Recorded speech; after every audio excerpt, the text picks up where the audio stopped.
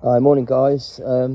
Called out during the night to assist with a whelping of a Bernese mountain dog. Absolutely adorable, this girl is. Adorable. And I'm just basically showing you what I get up to, right? Just to keep the dog moving. Come on in, princess. Good girl, good girl, good girl. Just basically, just keep her moving. Nothing too, drastic. Just like this. Good girl. I'm just building up a rapport with this young lady, aren't you? She's absolutely adorable, aren't you? You're adorable. Come on, let's go. That's it. What do you want to do, hey? What do you want to do?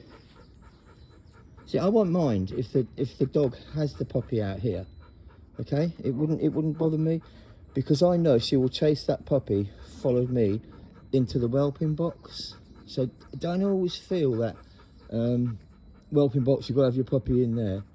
Wherever they're happy having that first one, which I always think is the most, the longest wait, obviously 63 days normally. So yeah, that's what I do.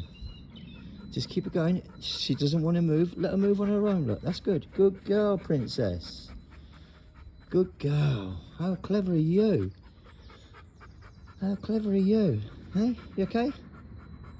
She's just done a wee and there was a string of mucus hanging off it, but we've all seen that and we all know that, so I won't post it.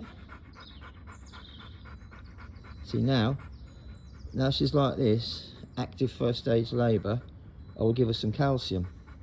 I know it's not to everybody's taste and, oh my God, you can't give them calcium. I do, and I make no bones about it. They need calcium, and if you choose not to do it, that's your call. But I just always do.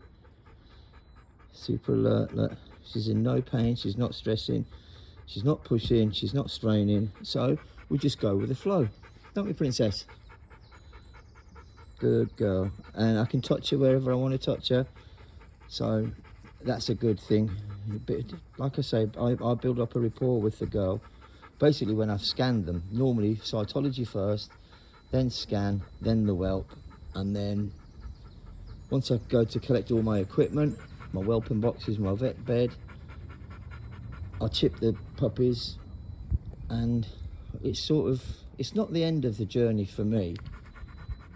In a way it sort of is, but it's, people still contact me for advice, what do we do about worming, when do we wean them, what's going on here, why aren't they feeding, why aren't the puppies suckling?